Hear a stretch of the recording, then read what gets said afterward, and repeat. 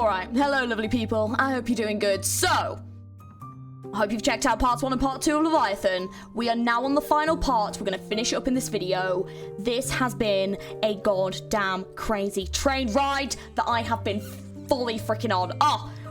This has been so good, so good. So I'm excited to finish this up, but also now I'm sad because apparently this is like actually a fully completed story. So yeah, it's not like with Distortion where they kind of stopped and they were like, we're going to continue this in another way. And we're all just here like, how? Please, Distortion Detective game when? So yeah, anyways, let's get on to book 16, Family. Bit of Vin Diesel. Let's go. Finding a way out of the corridor overflowing with countless doors was quite the arduous task. Oh, I think this might be Vigilis again. Here it is. Walking out of the door, which opened soundlessly, I faced a nondescript hallway again.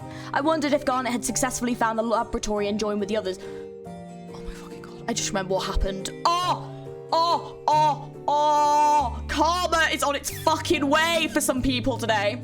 It probably was easy since he was always brilliant at locating things. And also Rikako and Nansel were carrying out the operation without any problems until just before entering the corridor. So if things went as expected, they should have secured the desired technologies by now or even rescued the children, which Garnet had been hoping for so badly. However, for some time now, a mysterious shadow has been hovering over my back, an insight that cannot be accurately explained or a sixth sense. It would be no exaggeration to say this prognostication had been the leading actor that guides me through my life as a fixer. Oh, a shadow that hung over me since I saw Lapis's image seemed to have become even heavier. Oh, is this like a metaphorical shadow or like a literal shadow?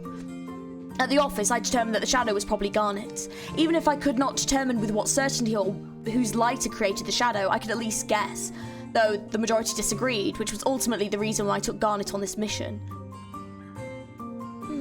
That's interesting. If one were to think rationally, leaving Garnet at the office would have been more apt, wouldn't it? When against the ring, even more so. Garnet's experience is too lacking for him to fight even a lesser opponent head-on. That said, he is unskilled at hiding his emotions and deceiving his opponents. In fact, the opponent may even be able to seize an opportunity to win by taking advantage of his emotions. Nevertheless, I've never been comfortable ignoring the sensation that wraps itself around me from the nape of my neck. It was as if something was on my shoulder pointing out I should go this way. An abominable, I could never say that word, but irresistible pressure. I called it flow. As I continued to live as a fixer, the pressure became stronger and clearer. Perhaps my accumulated experience overflows instinctively at times like these. I let Garnet ride on this flow, and now he has cruised on the bursting stream, at least until a while ago. Come out. But this unwanted shadow that pressed on my shoulders now has become a different flow. It is an unpleasant presence with its bloody taste and smell. I quickened my pace. Oh! This freaking dude! Oh, ew! Freaking hate Gubo! Sorry, I'm spoiling it. But I just saw his face and I was like, God damn it! Oh, I quickened my pace. The identity of the shadow is not far away. I know where it's pointed towards. As expected, there is no use trying to hide from you. Footsteps I heard on the... Oh, he's such a bitch. God, I hate Gubo. Heard in the hallway ahead. These aren't the footsteps of either Garnet, Rikako, or Nansel. The owner is much taller than them. Much more of a bitch. Maybe not Nansel. The footsteps tried to hide their anxiety, but they are not sounds made by the shoes worn by the ring, a third party of unknown affiliation. However, his voice and bloody smell were familiar. If we've seen each other 3 times, we must be old acquaintances, no? It seems we have quite the connection. I believe he was Gubo from N-Corp. This frickin' guy. Yisang's ex. This was the person I saw at the gallery in the auction house. Is he the new Flo? I need to investigate this sensation of mine more to see how it led me this way. I'm just trying to see. Your coat is covered in blood, no? Huh. You're correct. In order to come here, you killed them all. The auctioneer, the people in the hallway. Gubo raised his eyebrows lightly and smiled impishly. I thought I'd lower your guard by pretending to be injured, but it seems that didn't work. I had a feeling some people were accompanying you. His smiling mouth was slanted, thin and long. Well, in battle, there are always losses. I just got lucky and didn't suffer any. He really doesn't look it. His gloves are clean without a trace of battle and his coat is stained with blood but does not appear to be torn or ripped in any way. He must be standing here in exchange for the lives of those who accompanied him. They fought while he hid himself. Oh! He's such a bitch! That's even worse! He didn't even do the fight himself, he just hid while others fought? Oh, he sucks! Oh, that's so lame. There was no other way to get in here. I don't want to break any of the rules of the auction, but you put me in a tight spot. He spoke in a very resentful tone. He seems to be referring to the last art piece, if you can call it that, for which we won the bidding and received Jumsoon's invitation. Just before that, he had offered 10 billion arn for it as if it was nothing. No one at the auction house was surprised to hear that amount, but perhaps he was planning to forge a connection with Jumsoon through that huge deal. In addition, one could conclude there was a fairly pressing reason for him to make a breakthrough with Jumsoon, seeing as he was offering such a sum of money. Oh, I don't want to blame you. Don't misunderstand. The fact that he didn't raise an eyebrow despite raising a sum of money great enough to upset all those who would enjoy an upper-class lifestyle. The fact that he could smile unconcernedly despite having killed 20+ people in the auction house. The emotional turmoil of fighting against the ring, including some docents, couldn't have been small at all. Even so, he's able to keep his composed expression and even joke about it. But a feeling of insurity, obsession and yearning can be seen reflected through it. Of course there is. Of course there is. He's a person willing to pay any price for the sake of his goal. He's constantly calculating ways to reach it, even if it means deferring the consequent emotions and conduct. So this is how the flow goes, huh? I suppose you showed yourself because you want something. Tell me what your original goal was. It'd be wise to tell the truth. His glasses momentary glint in the light. His expression shows that I finally got through to him. Do you think I would have a reason to lie? The bloodstains hardened on his glasses make it appear as if their blood-red colour is dwelling in his eyes. They've stolen a valuable asset. We just came to look for it, to ask for it back. He seems nonchalant as he has come to retrieve a tool he has loaned, but I also sense a smouldering heap deep within. It doesn't seem to be a material asset. The image of the laboratory from the videotape flashed in my mind. What is that asset? I guess there's no good reason to dare hide from the red gaze. It's a researcher called Asaya. It takes an extraordinary amount of gusto to steal a scientist who reports directly to a director, you know. Ooh, we know exactly. It didn't seem he was lying. He must have known exactly what would happen when a lie is exposed before me, and he must have calculated that it would be to his advantage to tell the truth. I too calculate. Oh my god. Calculate. Sorry, it's because I'm trying to read ahead so I can get the context of who's speaking, and I'm just freaking out. Calculate the value of my next question. Which director of N-Corp? If he was a target of little value, killing him here and now wouldn't have been a problem, but an intriguing word came forth. A board of directors of N-Corp. Various personalities came to mind, but I'm not sure they strut around this much. Director Herman, perhaps. Oh. I'm surprised. It seems I shouldn't have opened my mouth so carelessly. If the Ring are those who believe only in what they see, then N-Corp is a company obsessed with being seen. Is it any wonder their pursuits overlap with those of the Ring? If Herman instructed this man to come in and retrieve the researcher, there is a high probability that he's involved with that lab. Garnet is going to love this.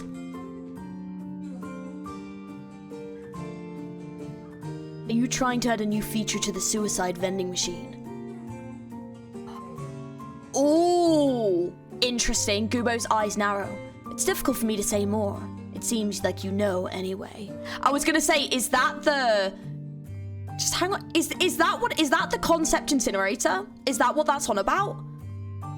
Is that what that means? No matter how hard I tried to conceal it, I couldn't hide a momentary feeling of mine, that being relief. The suicide vending machine, one of the leading symbols of N-Corp, has received countless condemnations and amazements from other nests, but at the same time, it's an open fact that it's the main source of income and culture for N-Corp. Okay. Guys, we are learning so much right now. This is shit that's totally gonna come up in Mersault's Canto.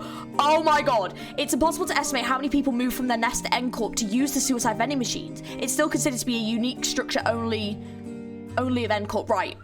Bets on right now. Who? Like, do we think someone is gonna die via this suicide vending machine in Mersault's Canto? I'm gonna say yes. I'm gonna bet yes instantly. Someone is gonna die using that. 100%. I can see it now. I think that is meant to be the concept incinerator. I do believe. I can pretend to know or not know what his ulterior motives are, but either way, this must be quite a difficult subject. See, that's interesting though, because that, I guess, would actually, like, because N-Corp has that technology, and if it is the concept incinerator, then Ryoshu being like a physical version of that and that can like move around, no wonder other people want that. Like, how fucking powerful is that? You know? And they obviously can't take the one from N-Corp, so yeah. God damn. I can pretend to know or not know what his ulterior motives are, but either way, this must be quite a difficult subject. And also, if obviously, like, there's consequences for Ryoshu using her version of it, but like, a physical version that may not have any consequences for using it, you know. I have revealed all that I can reveal about this. We have different reasons, but our destination is the same, so why not accompany each other? Though the subject matter was a proposal, it was practically a plea. He knew very well that if I didn't accompany him, there would be nothing waiting for him but death. I stared him down, uncaring. "You're thinking about how to use me, aren't you?" He read my expression and promptly spoke up. This man is skilled in savvy thinking. He reads the situation and swiftly reacts based on the pieces he has on the table. Therefore, I decided to wait a little longer until he shows me the last move he has. "In that case, let me make another offer." I nodded, allowing him to continue. "Isn't your purpose of coming here, after all, due to this glass technology being developed by the Ring? Because it seems the rumors already circulating that a new singularity will be observed by the Ring." I replied neither in affirmation nor in the negative. I did so to make him believe he got it right. That technology is called glass. Correct. If all goes well, maybe Assayer and I can give some of the materials that are produced by the apparatus. Now, isn't this enough to close our settlement? I think back to my memory of the videotape. With the cooperation of Assayer, who seemed to be overseeing the experiment, the necessary materials could be easily secured. That was our initial goal in our office. In addition, we could even account for the safe removal of the children from the experimental equipment. That'll make ends meet. Alright, shall I accompany you? Very good. I can assure you of the material's value. Just give me everything, and destroy what's left. Oh my god. Make it seem like nothing ever existed there in the first place. For the first time, his face grew dark. I wondered if he would make a face like that once the math stopped adding up. Isn't that demand outrageous? What are we supposed to take back? Wasn't your corp's goal to secure Assayer in the first place? The collateral seems to be what you desire. For someone who speaks so confidently, you seem to be empty-handed, don't you? Oh, you bitch! Sorry, but how dare you attack Virgilius, you frickin' bitch! Damn, he was very quick and deft with his hands, arming himself and closing the distance between us. A karambit. A weapon suitable for cutting, clawing, and ripping. Furthermore, if you put your finger in the loop at the end of the handle and grip it, you can prevent yourself from mistakenly letting go of the weapon. However, that would only happen if you can reach the enemy. As expected, Gubo's combat experience was not extensive enough to feign proficiency. Garnet wouldn't have fought like this, thrusting his weapon forward before even being near his opponent. Crack. Oh my god, did he just break his arm?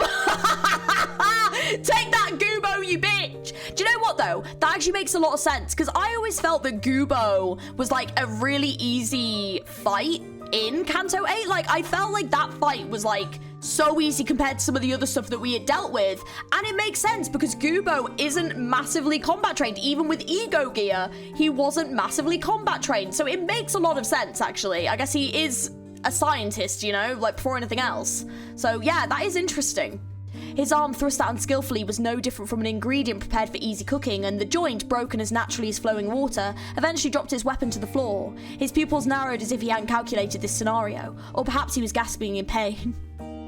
Sorry, it's just so nice to see Gubo getting a bit of comeuppance, do you know what I mean? He's such a bitch. Oh. Gah. And so did his throat, as the space for breathing narrowed and became obstructed. It seems you may have been slightly mistaken in your calculations. He didn't stand a chance. I told Gubo as he looked at me, his neck strangled by my right hand dangling in midair. The value of your suggestion is worth this much. I squeezed his throat a little tighter until it blocked the grunts he was barely able to spit out. Only enough for me to not put any more force. Aww. Should have got rid of him. That would have saved us so much hassle later. After a moment, I relaxed my hand and he falls to the floor, coughing violently. Your reckoning is cruel to the point of being tight-fisted, isn't it? It's the privilege of being a color.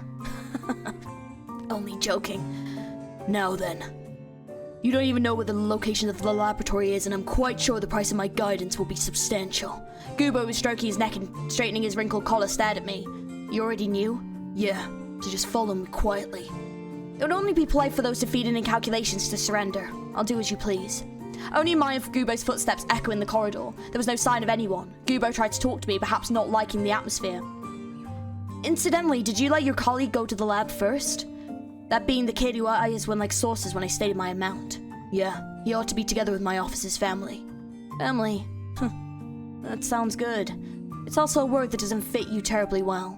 I was bothered by the fact he was acting like a know-it-all, even though we'd only just met, but I couldn't deny it. Family was not a word I typically used. Garnet or Yen, and occasionally Denver, would use it in passing. Rokako would say it was strange and showed some signs of displeasure, but soon got used to it, and Nansol would laugh quietly as usual. Yeah, laughing because he doesn't believe it! Freaking traitor. Sitting around the table and eating together every day. Isn't that what family is all about? I recall Garnet murmuring to a disproved Rokako as he puffed up. Things that I'd casually passed at the time began to sting and cling at me like a prick in my throat. Sometimes I suddenly remember things like this when I'm alone amidst the silence. Oh, Magillus. Maybe I haven't been able to expel my emotions. Oh, I see we've arrived. Okay, in the go. I'm scared. Oh, fuck. Oh, God, I don't want them to go inside. It's going to be a shit show. We stopped in front of the door. Eyes, sculptures, and glass. I repeated in my mind the mental cipher Lan gave me and then pulled the handle, opening the door lightly. I see the hallway to the laboratory, and beyond it I see people lying on the floor having breathed their last. They were of the ring. I felt relief for some reason. There could be no more certain proof that Garnet had found and entered the lab safely. I'm surprised to learn that the kid had more basic skills than I expected. At first I wondered why he'd bring here such a naive little boy. Gubo pretended as if he were in Marvel. I did not respond. There was no need to express my feelings. Indeed, I might have been in a hurry. I also dimly realised that I get quite emotional when something involves Garnet. Maybe he realised it but pretended not to know. I had no idea how loose I might have gotten given that I didn't hide the proud look on my face. Oh my God, Dad Magillus! Garnet's his son! Oh my God, stop! No, I don't want to see. Oh, for fuck's sake, I don't want to see this. Oh no, I don't think I could have handled this in manga form. However, I heard no sound where there should be one. I'm sure I should have been able to hear Garnet, Nansel, and Rikako's voices here. Can you hear the crying? It's like, soon Gubo's words stopped. What? Oh no, there's a picture. I don't want to see it. Why did my flow always point to the wrong place? Why did this shadow go towards the ruins instead of the peaceful valley beyond the mountains? But it was always in ruination where success was buried. Didn't I not move along the shadow sitting on my shoulder knowing it was towards ruin?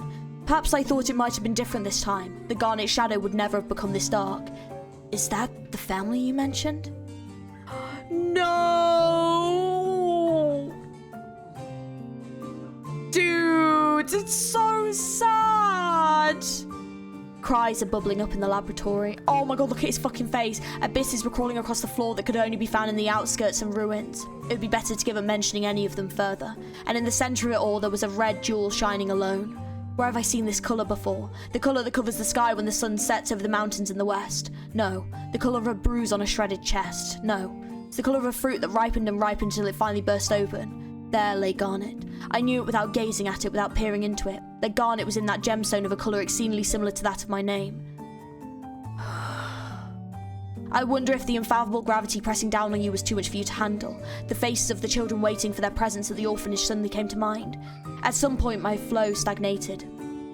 It was definitely a slow flow caught in my gaze. If I'd let that flow carry me along, I'm sure I could have turned the city itself upside down. But I deliberately ignored that flow. I think, is that like that kind of feeling of like anger and rage and like being like depressed over this and like wanting to get revenge for what's happened? I feel like that's what that is. Like that flow is like that emotion. Instead, I tried to accompany the dim flow that hung onto my shoulders and back, because that flow was my flow and I would have been able to control it.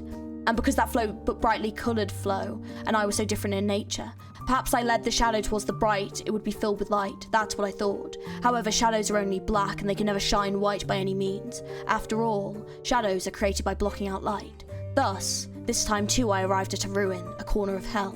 And for the first time I realised that the shadow at my back was pointed in the direction of a sluggish flow. That if I went any further in the direction of this flow, I would never be able to return. I should stop. This is not a job of saving the children for Garnet's sake. I can't choose a flow any longer. I can only see myself getting swept away in them. Because of this life I've grown accustomed to, because I cannot ever break. I just can't. I can only watch the wailing reflected in front of me. Amidst the wailing, I can sometimes see it crumbling. My family struggle. Oh, that was painful. That was fucking sad, and that was fucking painful. God damn it. Like, he clearly cares for Garnet so much. And like, oh, to have this happen is fucking devastating. Oh, I feel so fucking bad for all of them. And he hasn't even seen the Rikako's dead yet. He hasn't even found out that Nansel's betrayed them. Like, this family that he had has just fallen to bits before his very fucking eyes. Just stop. Chapter 17, Crime Voices.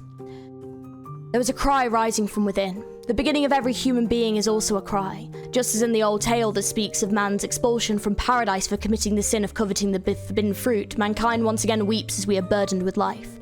But the sin of bearing sin is just too great. I gaze at the red jewel, or perhaps it's a red egg, standing before me. I thought of calling his name, but I immediately gave up, because I found my gladius lying on the floor. I'm so upset. Garnet never handled anything recklessly. Maybe due to his years in the orphanage where the concept of ownership was vague, perhaps he realised how to survive in the city. He even kept the wrapping paper from the gifts I gave him. That's why. I know the painful reason behind the gladius lying on the ground. I think it's actually gladius. I lift the gladius. The crawling whalers approached me. Among them, an unsightly flower-like thing ran towards me before the others. Gubo had taken out his karambit even before that thing reached me. Without thinking of the consequences, he thrust it right at me. I extended my hand to stop him. Don't forget your original purpose. Why? Gubo shrugs his shoulders after looking doubtful for a second and heads up for the corner where the one called a Sayer is. That thing comes near me in a panicked manner.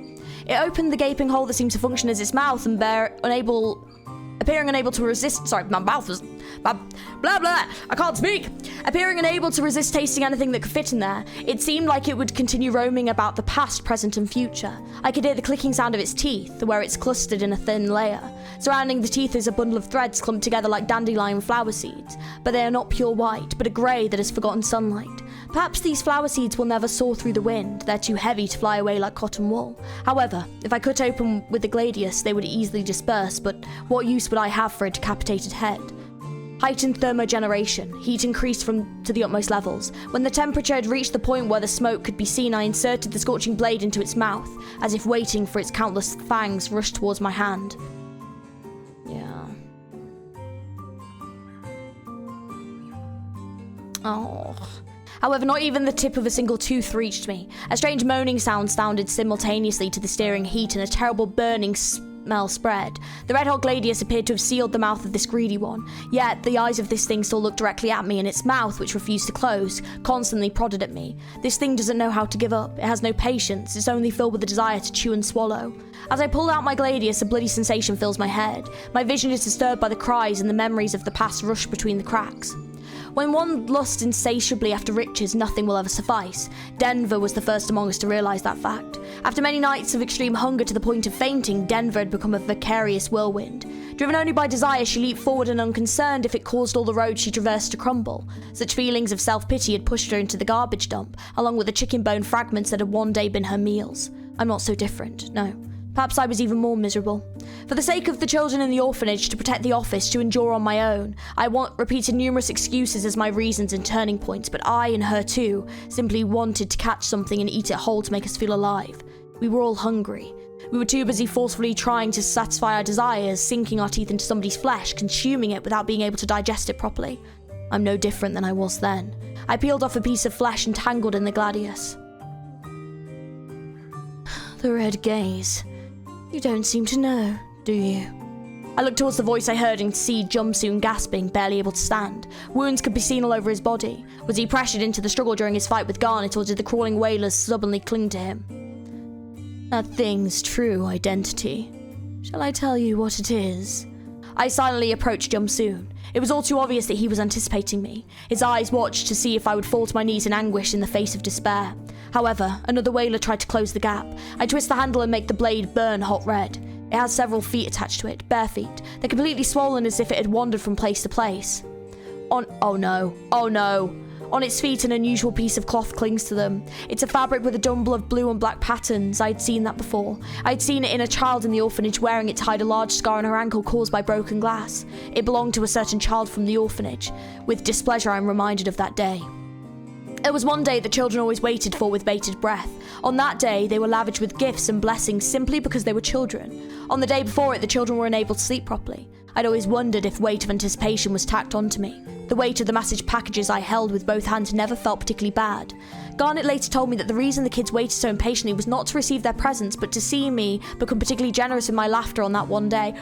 Oh, when I realised why their faces would become so bright as they looked into my eyes to the point of forgetting to put on their shoes, I couldn't help but truly smile. And still, I wondered if this was the place where those feet, determined to reach the end of the line, finally stopped. The feet ran into my body with all their strength, unconcerned if its flesh would be slashed here or there due to the impact or if its trunk would become inflamed. Its sole, perfect eye stared at me. It doesn't resemble the look of that day, except it does. But I don't want to say it does. I must not be tainted by this new flow. I avoid its gaze and slit its many ankles. The blood loss stopped by the cauterization doesn't lead to its death.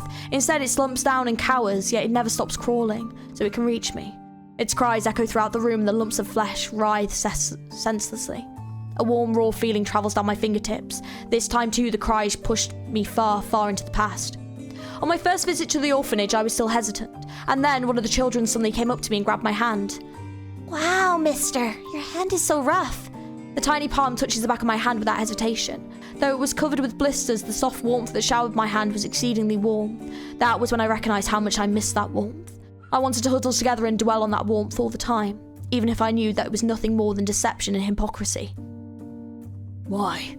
I didn't need to open my mouth to reply, for Jumsoon already seemed to know the answer. Jumsoon backed away as if he didn't anticipate it. Why? You already knew the truth. Did he want to ask me how I could stay so calm? I was under no obligation to answer, so I kept my mind silent. This is rather nice, isn't it? The red gaze. But because of that unexpectedness that you're so fun. Jumsoon continues to yell, "Asaya! Gather all the rift generators around me! You must concentrate them all on me!" He shouted to Asaya, his face contorted in a strange, eerie way. Will you be able to stand it? If I can't bear it, would that even matter? Increase the refract index to the same level as before. No, turn it to the maximum. Jumsoon yelled loudly, perhaps in a hurry, or maybe it was a cry of ecstasy. In that case, the rifts in the glass windows would reach an absurd reading. If that kid was accepted, why couldn't I? And aren't you hoping for that deep inside? To see what will happen to me? It would be hard to deny. Next to Asaya, Gubo was looking at Jumsoon with an intrigued face. It wasn't the same kind of expression one would expect to be when faced with an enemy. They all looked the same. I took a step forward, feeling a strange discomfort. At that moment, I felt something shimmering and looked around the area to see all the reflectors attached to the top of the experimental tubes facing Jumsoon. I couldn't see it, but it felt like something was shining intensely down on me.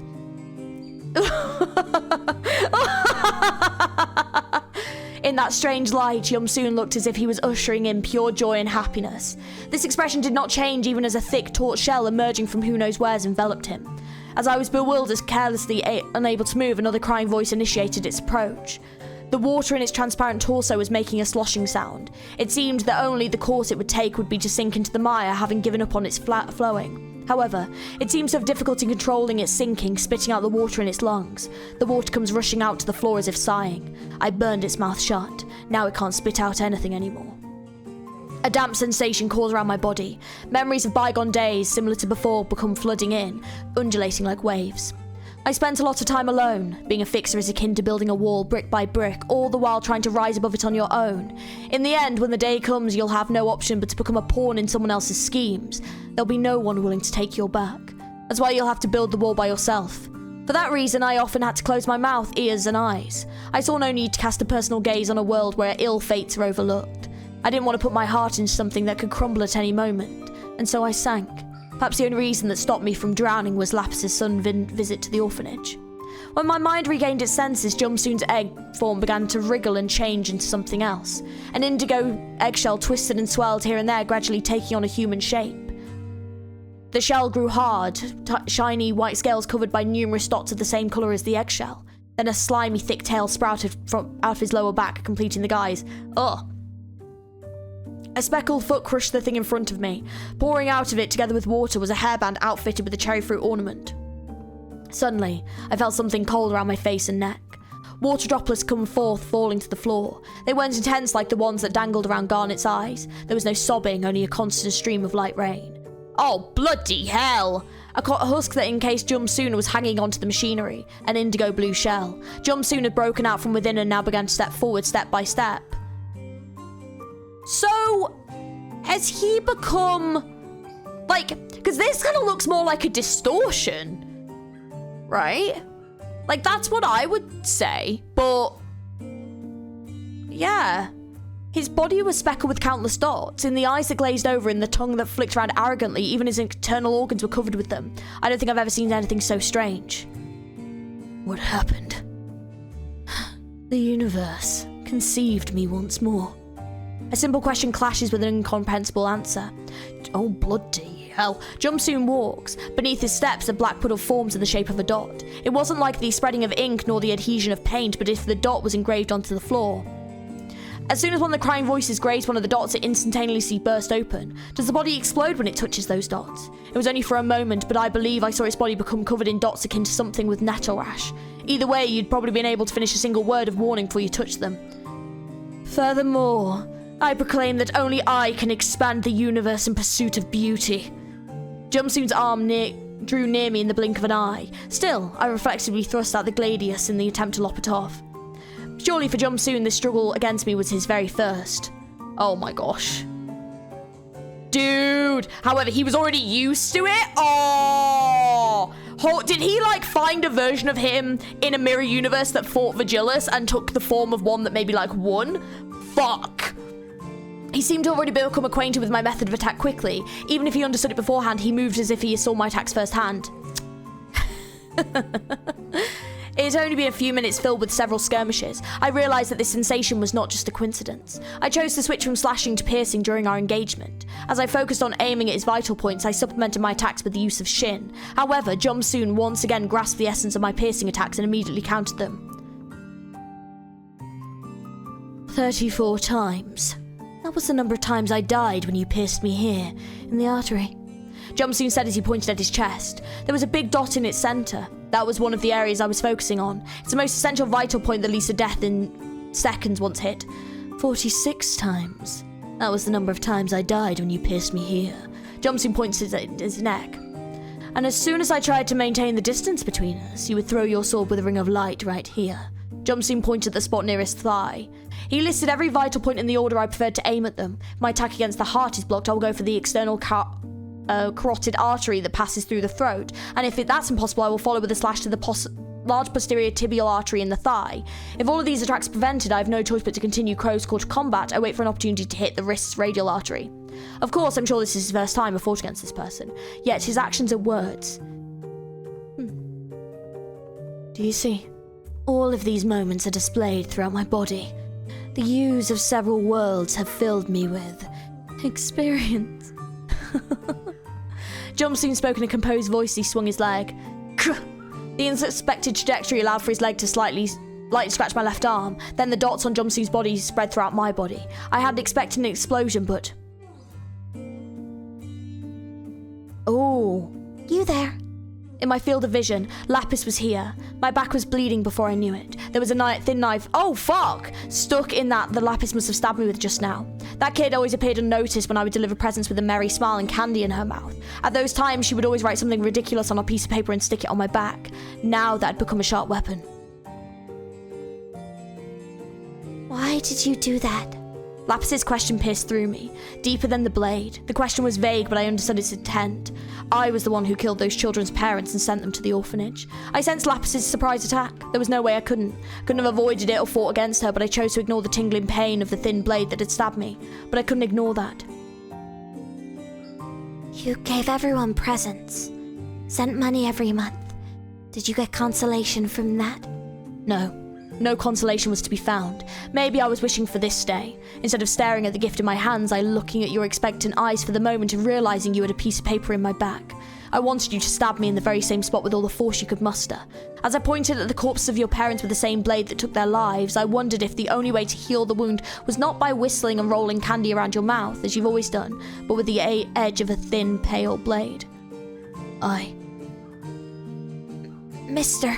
Before I knew it, I was in my office. It had become a hellscape, as if attempting to show that fierce battle had taken place here. Not a single desk or drawer was where they were meant to be. Lan Yen was lying in a strange position. His entire body was covered in dozens of wounds that had been slashed to pieces. Garnet lay just beside him as well. This was the consequence of my judgment. We should have stayed together no matter what. I could hear Garnet saying, I want to be part of your strategy. Mr. Yen protected me. I examined the depth of the wounds Garnet had sustained. They were of proficient and professional skill. It was a chopping wound appropriate for leaving someone near death. Their intention wasn't instant death, but probably a message to me. Considering their ability, this is a warning. I watched as Garnet shortly breathed his last. It reminded me of someone who was begging for their life. I wasn't able to do anything back then, but the present me can. But I no longer know what to do. Everything had become a lump of guilt. Nevertheless, those that weren't the sins I bore. Every step I took, every gesture I made, every look I gave brought misfortune to someone else, but I'm not so superficial that I could die from this forged guilt. I threw a strong punch at his cheek, causing the dark-coloured dot on my hand to spread widely before suddenly stopping. Oh, so these are like... He's seeing mirror worlds. I see. Garnet did come here with me. Sure enough, that was the only false image created by the dots, but it was so vivid as if I'd actually experienced it. What about this, drowning in a universe linked by dots? You finally want to die, don't you? He went through various worlds like this to fight me, large and small dots tinged with dark indigo colour.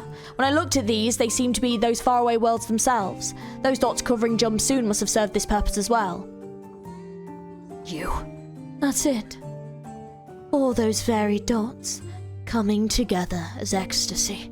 He wanted to say something more, but no more words came out. The vision projected in front of his eyes, those worlds. One after another, they changed. Towards the worlds of infinite possibility someday, somewhere. Uniformly, they all stabbed me with something sharp. The time that seemed to be an eternity in a moment passed. My vision was entirely embraced by complete darkness, and then, from somewhere, a voice began to speak to me as if in a trance. An awfully warm voice. A voice that made me want to become buried in it for all time. It spoke to me. It's nice to talk to you again. Who's that? Ooh! Hang on. Because they're calling them the. Is that going to be Lapis?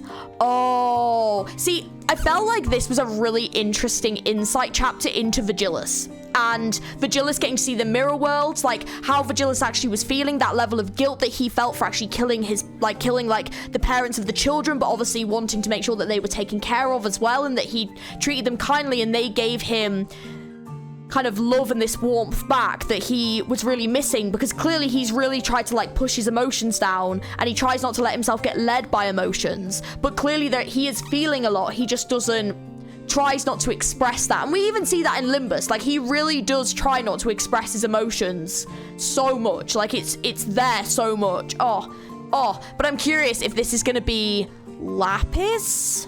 Book 18, Questions and Answers. Silence. Oh.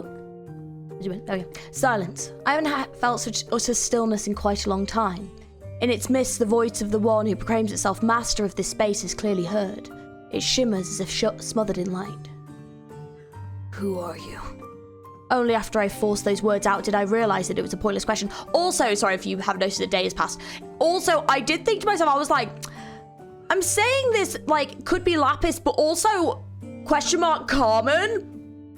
Like, it did kind of occur to me, and I remember at the time being like, nah, and then I kind of thought about it, and I was like, what? Maybe. So, I don't know, but we'll find out. Anyways, only after I forced those words out did I realise that it was a pointless question. There's no one left in this city who calls me the anymore. I suddenly remembered that when I last heard such a moniker, my eyes were not as they are now. Oh, because people were telling me that his eyes are like blood fiend eyes, like they're artificially like, you know, eyes, and they're from like a really powerful blood fiend. And I was like, when did we learn this? So, interesting. I wonder then if the world as my eyes captured it back then was greener as it is now. I'm just gonna give them a voice that's nice to listen to, because I don't know who this is, but yeah. I don't think it's Lapis anymore. Could be Carmen, but I don't know. Who I am isn't very important, Ver. Let's just have a little talk. All that spreads before my eyes is a warm and comforting light. It's as if all the light and colour that was boundlessly scattered throughout the city came to life, invoking the imprudent illusion that all fault is being washed away by being here.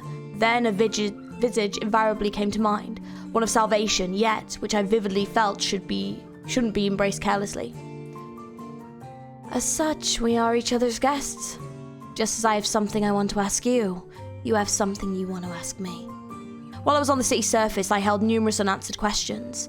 Questions no one could answer or simply wouldn't acknowledge. Therefore, I decided to reply to this voice.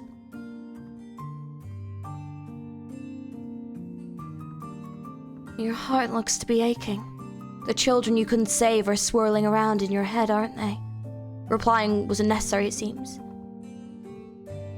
They were quite the innocent children. There was no sentimentality in that sentence, neither pity nor regret. Perhaps this being knows what happened to transform those children. The children that underwent the experiment. It's too late. The way back is gone. That clear ignorance of the world made the children rather burdensome. The merry voice mercilessly strikes down my question. To tell the truth, I had a vague estimate of that fact. That is not to say that I didn't hope to be wrong. I think I heard your heart break. My heart made no such sound. However, only after the voice said so did I notice I was quietly cracking apart. But to have become like this, the children didn't deserve this.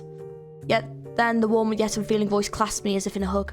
But you know, Ver, everything that's happened so far isn't your fault. Fleeting syllables rang out akin to the singing of a song, sounding like a consolation whose soul's intent was to absolve me of sin. If I were to listen a little longer, I felt I would surrender myself to this pleasant voice despite my will. No. That isn't something someone can freely measure, so it's a little bit hard to tell who's talking a little bit.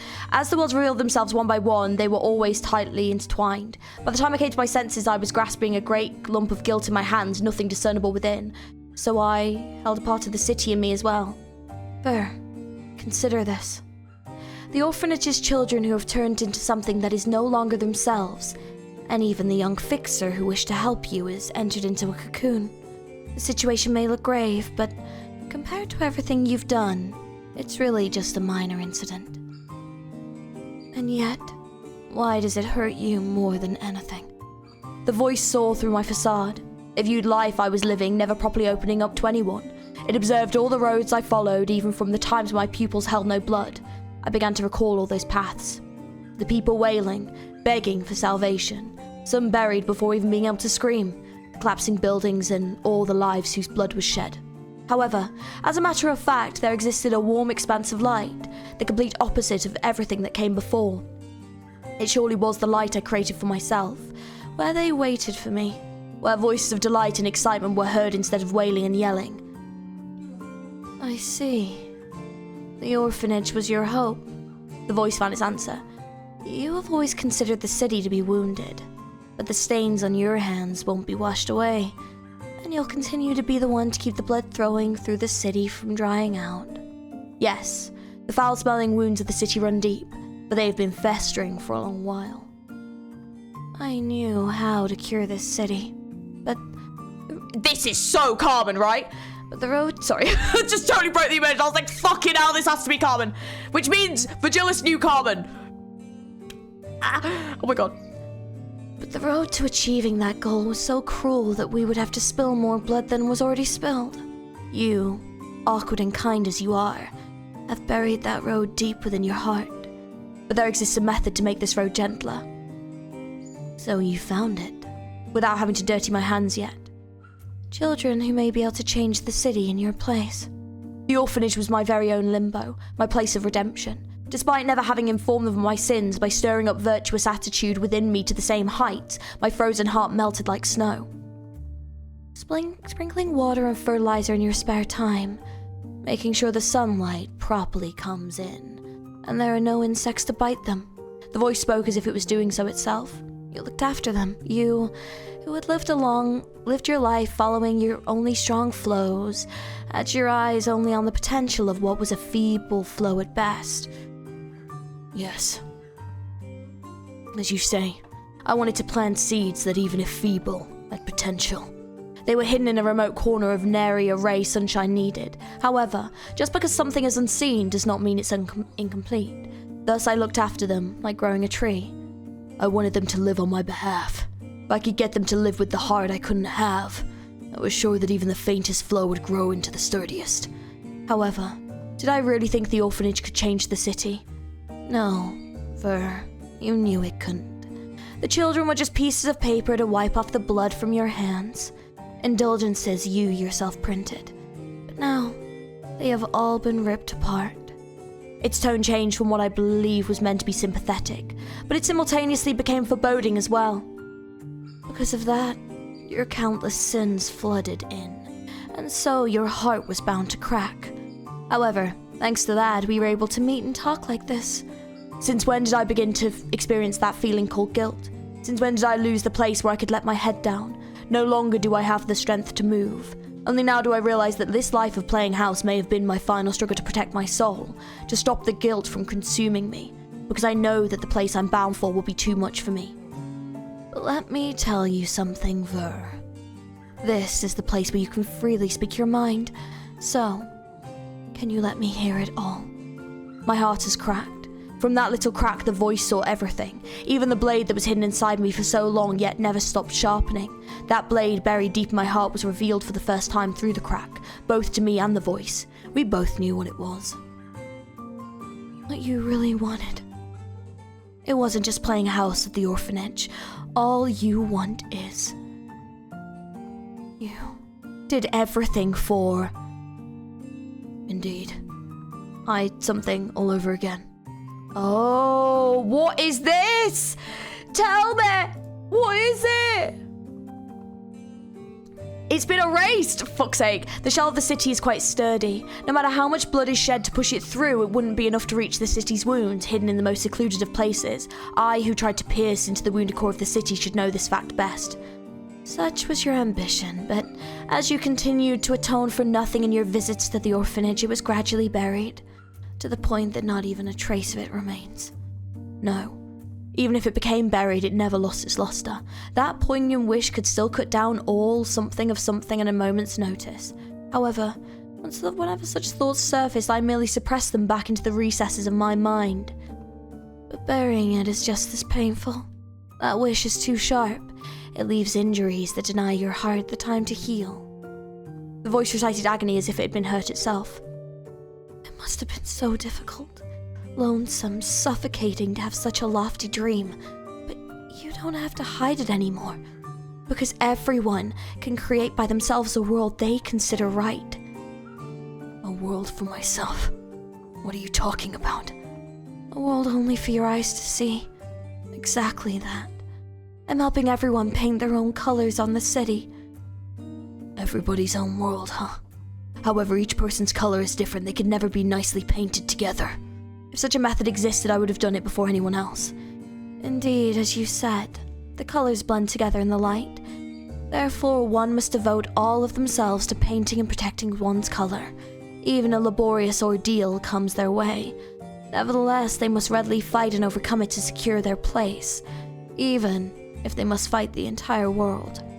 I wanted to break the shell of the city, fight and stand up for everything that interfered with my path, tear it all down and eventually create a new world. What do you mean by ordeal? If there is such a way, if it's just, then I'd like to follow it.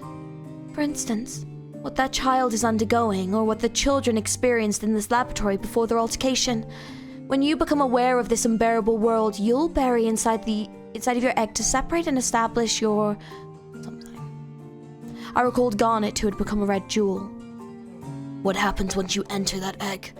Well, you can break out of the egg, or you can be seized by sin and be eaten into nothing but residues. The voice innocently spoke. No one can know the outcome. You'll have to set something from within the egg to emerge from it. If you're unable to endure the process, what will burst out will be your sin-eaten remnants. Is that different from distorting? Jump soon is certainly a distortion, as the world— I knew it! I knew the jump soon surely had become a distortion. I was like, that looks like a distortion if I've ever seen one, you know? Sorry, I keep breaking the immersion. This is so freaking good, but I'm just like, ooh. I'm like, oh my god! Oh my god! Feels like that right now.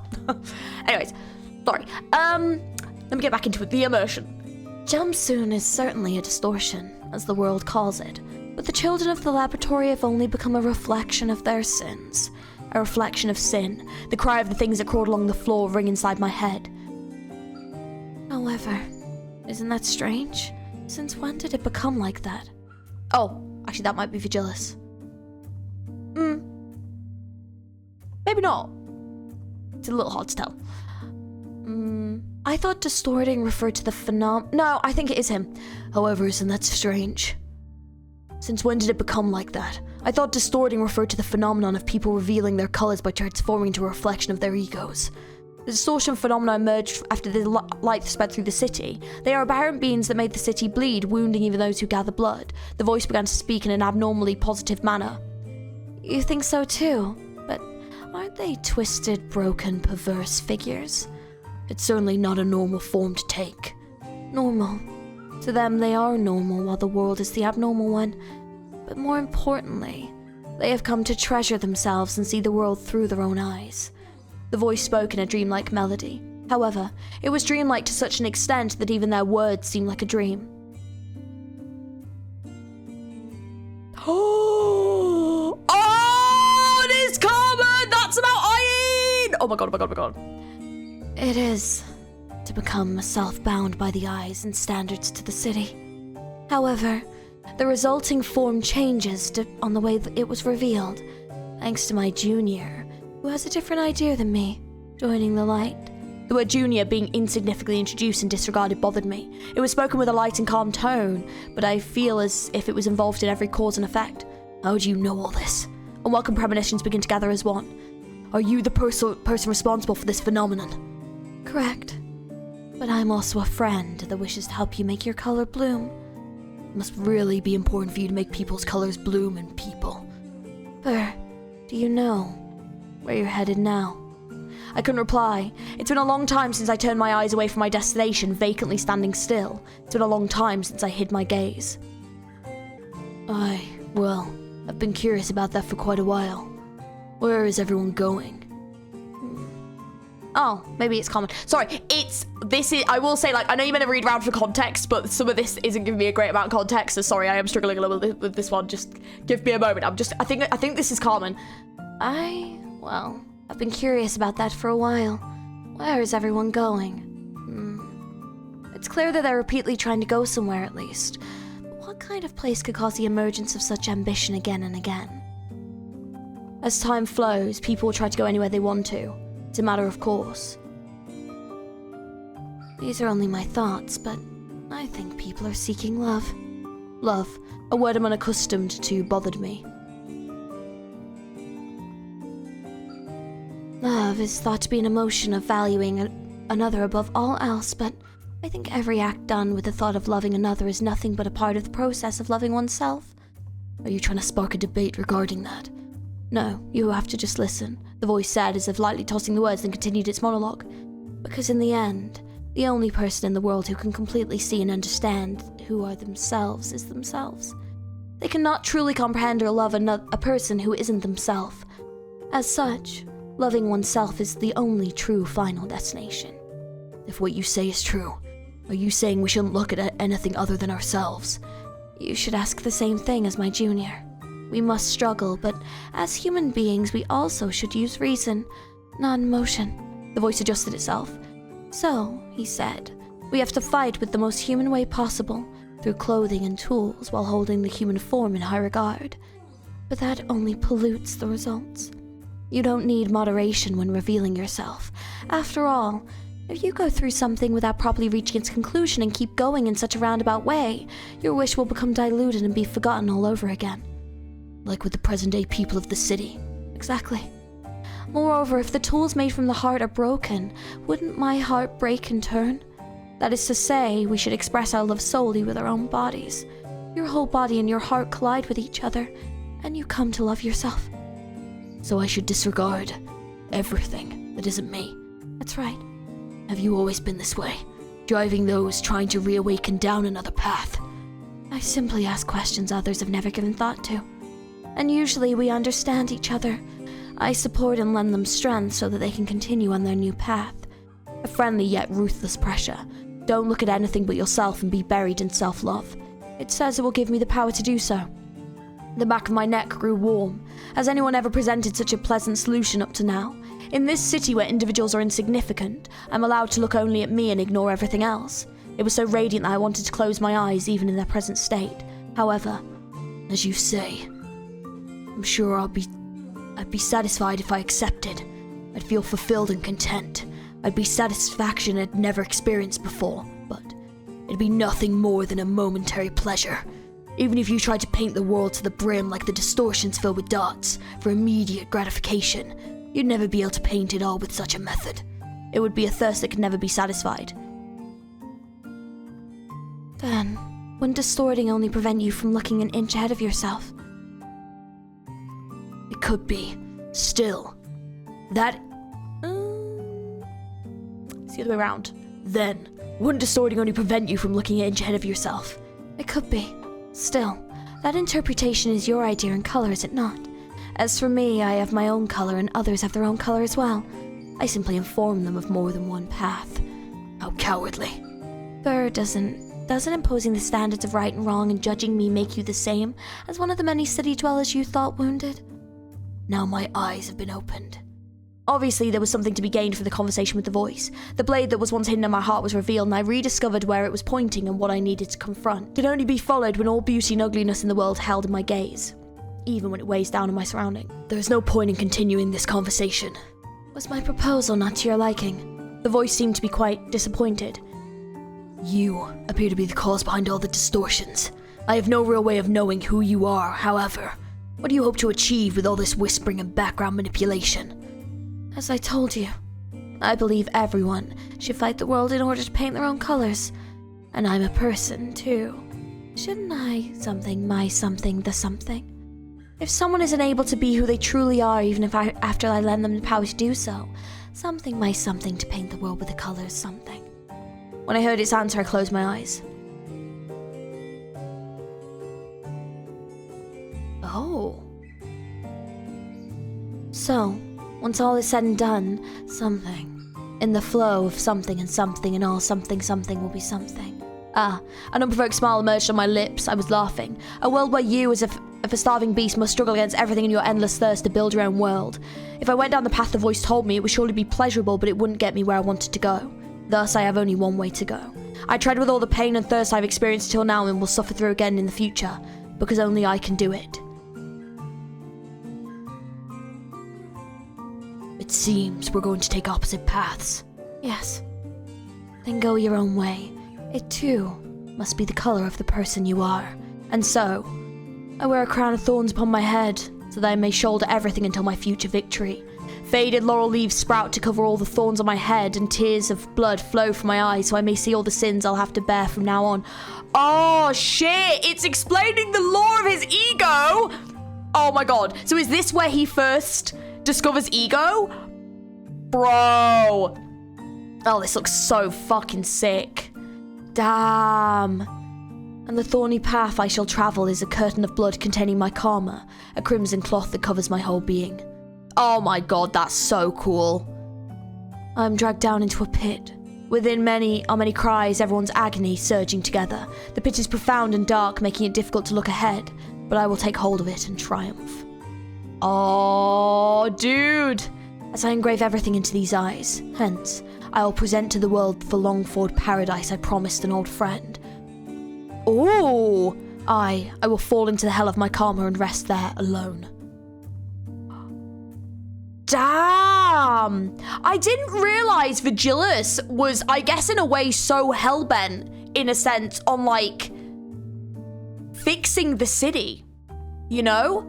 Like, and how broken the city is. He wants to be the guide that leads us to fixing the city, which does make sense, but his role in Limbus isn't guiding us to that. It's guiding us to the different branches. So I do wonder, and I've never really thought about this before. Obviously, I know that Vigilus has his own kind of side quests going on because he has to work for the companies under a contract, but I do wonder whether or not he kind of has his own side mission that he's on at the moment, and whether or not he's trying to get us to a very specific place. And obviously, you know, if we can take it from Paradise Lost, we know there's going to be probably, because we're like currently like in the first part of Limbus, we can theorize there are going to be multiple parts. So whether or not it's going to end up leading us to that point, I don't know. But I do wonder, and I am curious, I will present to the world the longed-for paradise I promised an old friend. I'm wondering who this is. I'm also trying to get a hint or anything, if there's any form of who, like a hint of who Dante could be here. But I'm pretty convinced the conversation was with Carmen. I think this conversation was definitely with Carmen, right? Surely it had to be. That's so freaking sick. Book 19, Gaze. A cloak of blood I wrapped around myself began to settle. My wandering is over, the way forward is clear, and all that remains is to tread it. I shall spill blood and at times drink it, but I will never stop this movement. However, before I can do so, I must cut down the distorted mass before me, the first of the blood I must truly spill, and at the same time lop off the neck of my cowardice, which I've been turning a blind eye to for all this time. You know, Ver, I'll tell you one more thing before we part. I might know a way to get you closer to achieving your dream. I recalled the voice again. If one were to think rationally, there is no basis for believing everything the voice said. However, I feel confident that being would not lie. It's something different from reason or logic. This was what my soul felt. It's strange assuming there is even such a thing as a soul. If the flow of my soul points to is right, if the method the voice spoke of exists, then I can say that the time I've long waited for has finally arrived. If fate does truly exist and everything is predetermined to follow it, then this is surely the moment I've been waiting for. And I, too, must have been waiting for this moment to come. When my thoughts reached this point, I felt a slightly nauseating bliss. The idea there may be something in this world I can grant my wishes like magic, that previously non-existent notion envelops my heart.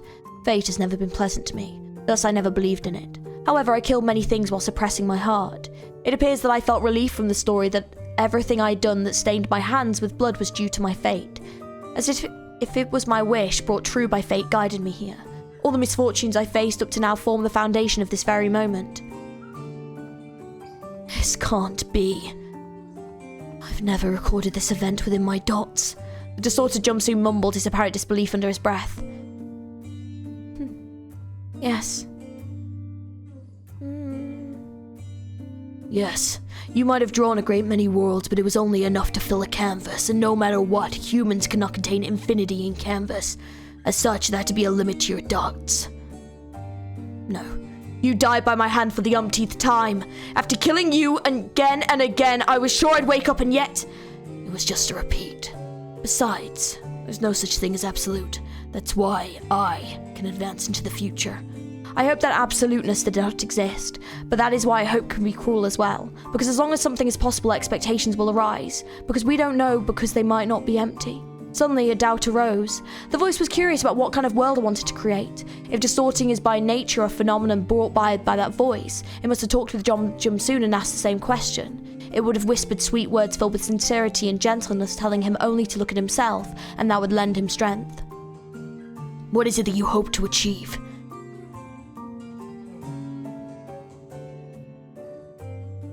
Naturally, I want to fill the world with dots. I see. And you? What world are you trying to achieve? Jumsoon's pupils covered with dots glimmered. His countless pupils expanded to the fullest as if wanting to see the world I desired. It's hard to put into words. The world I want. It's a world that can only be understood once you feel it with your whole body. Jumsoon's mouth widened into a huge line. What a grotesque smile. Simultaneously, he began to rush me down with his dark blue fists. I didn't avoid the punches Jumsoon threw, but instead received them with my whole body. Every time I touched a spot tinged with a dot, I'm forced to face and sink into despair. After being dragged down deep into this quagmire, I once again see all the possible despair I could have encountered. However, I now have forged my resolve. All the despair that unfolded before me began to reflect into a tenacious hope. As such, I can cut them down without hesitation. All that obstructs me whenever I'm thrown into this world of dots. Within are Lapis, Garnet, Rikako, Lanyen, Denver, Simnam Tsul, the children of the orphanage, and many other faces I miss but cannot meet anymore. Once everything I cut down shed its blood, the dot that had become nothing more than my quagmire was dyed red, akin to a puddle of blood. I rose holding that redness. How? How can you stand upright amidst these dots? Jumsoon goggles his numerous pupils, seemingly unable to comprehend the situation. Although the painting abundantly stamped with dots may look full from a distance, blank spaces are just as abundant when looking closely. Similarly, the mind cannot be wholly filled with dots. Your darts may brush against me, but they cannot stain me. As soon as I finished speaking, Jumsoon gathered all his strength and struck the ground. Dots permeated the floor in a uniform pattern as if a burst of indigo paint before rushing towards me at furious speeds. However, the fast-moving dots never connected. As such, they couldn't even form lines. Oh shit! Damn. This might have been because surfaces don't exist in a world he's trying to create. The blank space between the dots in an infinity left empty, a scope left unchosen. I began to link the excluded gaps with the blood I continuously shed. Each dot meets to form a line, and the line flows to create a surface, and once that space is filled, I'll be able to envision my desire. As if by instinct, I coil the blood surface around itself like a flag to create a long flowing line akin to a spear, a red spear made by neatly weaving dots one after another. I throw this line into Jumsoon's chest with boundless indifference. In order to catch the spear, Jumsoon swung his fist, unfolding a curtain made of countless dots, but there were too many leaking holes in the incomplete chain. The red line I created, both the surface and red dot when seen from the front, penetrated through the curtain made of several blue dots, thus piercing Jumsoon's right arm and shoulder. Oh, that's so fucking sick. Oh my god, wow. That imagery is so fucking cool. It reached completion with only a single dot. The moment the dots become aligned, the beauty that enchanted you faded away, did it not? Humans have no choice but to walk along lines and live atop surfaces. For the ones who advance, the dot is merely fleeting. Dots are just moments. Perhaps as time passed, the many moments of despair that came my way accumulated one by one. The instants that were mere dots formed a line, opening a path of possibility. Jumpsoon, in his obsession with the moment, was fascinated by this stimulation in an instant would cause. He couldn't break free from the moments that gave him the ecstasy of soaring without limits, or the hopelessness of free-falling without knowing when he'll hit the floor. Now that he knows the contradiction of the dot, he'll be dragged down towards the endless abyss, like the branches of a tree that's had its roots dug up. According to the voice, distorting is a form of rebirth under a new appearance by fully embracing their craving. The value they consider to be the answer when it comes their raison d'etre, maybe? I'm not sure how to pronounce that. And their form changes to the shape they wish for. If the very desire that encompasses their foundation collapsed, what would happen to the things that composed it? If it could not exist, it would only be right for them to melt down. Jumpsoon stayed silent. All of his movements came to a standstill, as he entering the egg once again. However, the world isn't so kind and convenient as to give someone so many chances. Like with people or the city, it may seem friendly on the outside, but it is unspeakably cold inside. Jumpsoon kept staring at me. No expression was discernible from the face where the gaze originated. Then a blue liquid began to burst forth after Jumpsoon's stomach. A machine arm wielded a saw blade divided what the fuck? Holy shit! A machine arm wielding a saw blade divided Jumpsoon's chest in half. Something stirred from within him. It wasn't a cocoon or an egg or anything similar, but a completely alien form that had no point of contact with a series of dots. There was the life of Jumpsoon. Oh, fucking hell. What the fuck? Oh, shit. Okay, we've seen something similar in, Rodian's Canto. The thing which had begun to vigorously cleave and stretch Jumpsoon's flesh made itself born by dragging its huge size too great to fit inside his body outward. It appeared to be an iron strong box with saw blades attached to it, but also looked like a bizarre sculpture with several arms resembling bug legs emerging from it. Oh!